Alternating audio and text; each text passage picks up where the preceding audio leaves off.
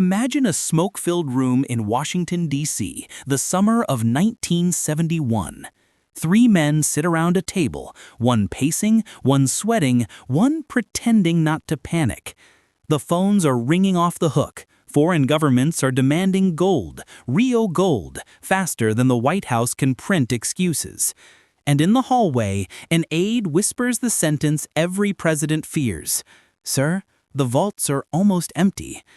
What happened next would detonate the global financial system, rewrite the rules of world power, and quietly bind America and Saudi Arabia into a secretive money pact so durable that it still controls the global economy today. But it all started with one decision, made in a rush, in secret, that killed the gold standard forever. Welcome to Financial Shadows. To understand how the world ended up here, you have to picture the United States in the late 1960s. The country was fighting two wars at the same time, a literal war in Vietnam, and a financial war at home, deficits, inflation, and a dollar being stretched like cheap taffy. Under the Bretton Woods system, every foreign government could redeem their U.S. dollars for American gold at a fixed price, $35 per ounce. It was supposed to be stable, predictable, scientific. It worked until it didn't. Because here's the hidden truth.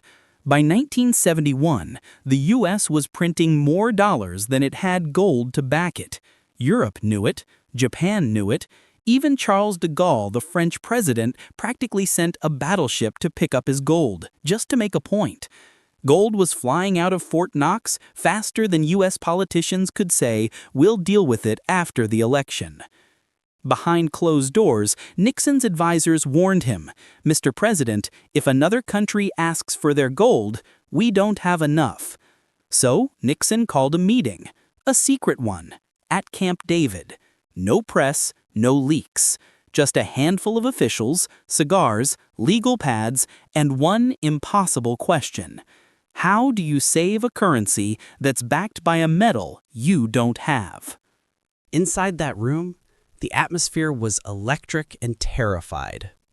Treasury Secretary John Connally, Texas accent, cowboy confidence, slammed his fist on the table and declared, "Foreigners are dumping dollars. We need to shock the world." Fed Chairman Arthur Burns sat quietly, the way a man sits when he knows the math is unforgiving. Nixon? He was pacing. He knew this wasn't just financial policy, this was political survival. The 1972 election was coming, inflation was rising, and the U.S. could not afford a global run on the dollar. The options on the table were all terrible.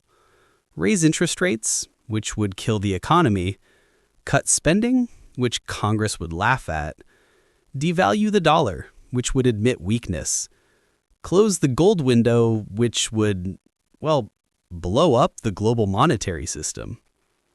Connally kept pushing.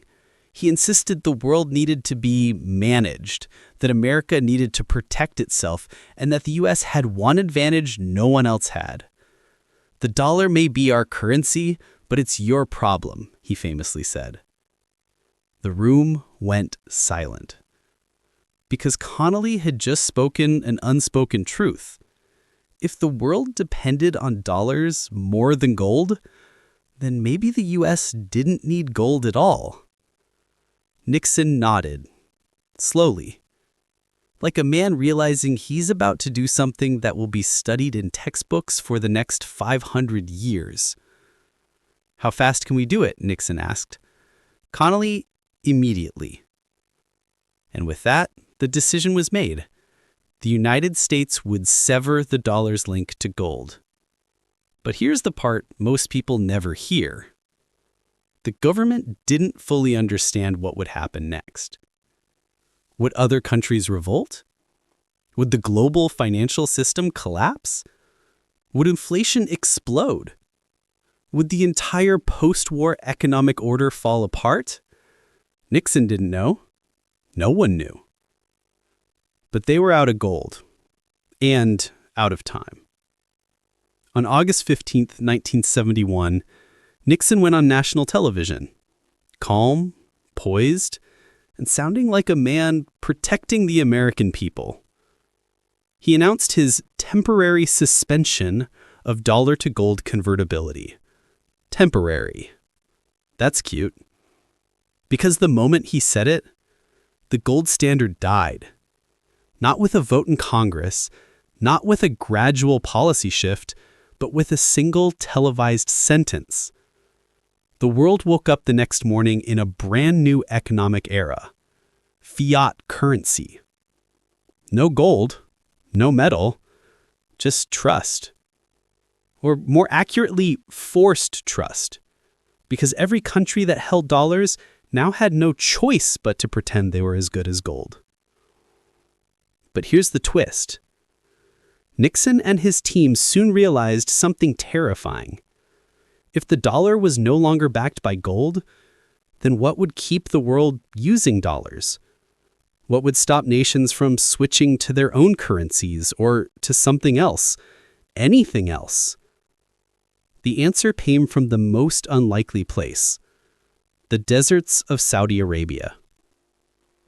The White House suddenly needed a new backing for the dollar, something just as universally demanded as gold. And there was one commodity that every country on Earth needed, every day, every hour, every minute. Oil. Nixon's temporary suspension was only the beginning. The real story, the one behind closed doors, was the plan to rebuild the dollar's global dominance by tying it not to gold, but to Saudi oil. It was bold, risky, and incredibly brilliant. The world had no idea what was coming. So, in the ashes of the gold standard, American diplomats began whispering to Saudi princes, dangling weapons, protection, and power. Not because they loved each other, not because they trusted each other, but because the United States needed a new foundation for the global financial system, and Saudi Arabia needed a new protector. What happened next would birth the petrodollar, reshape Middle Eastern politics, fund decades of U.S. power, and lock the world into a system that still dictates global markets today. But first, we need to step inside another secret meeting, this time in the Saudi royal palace. And unlike Camp David, this one would change everything.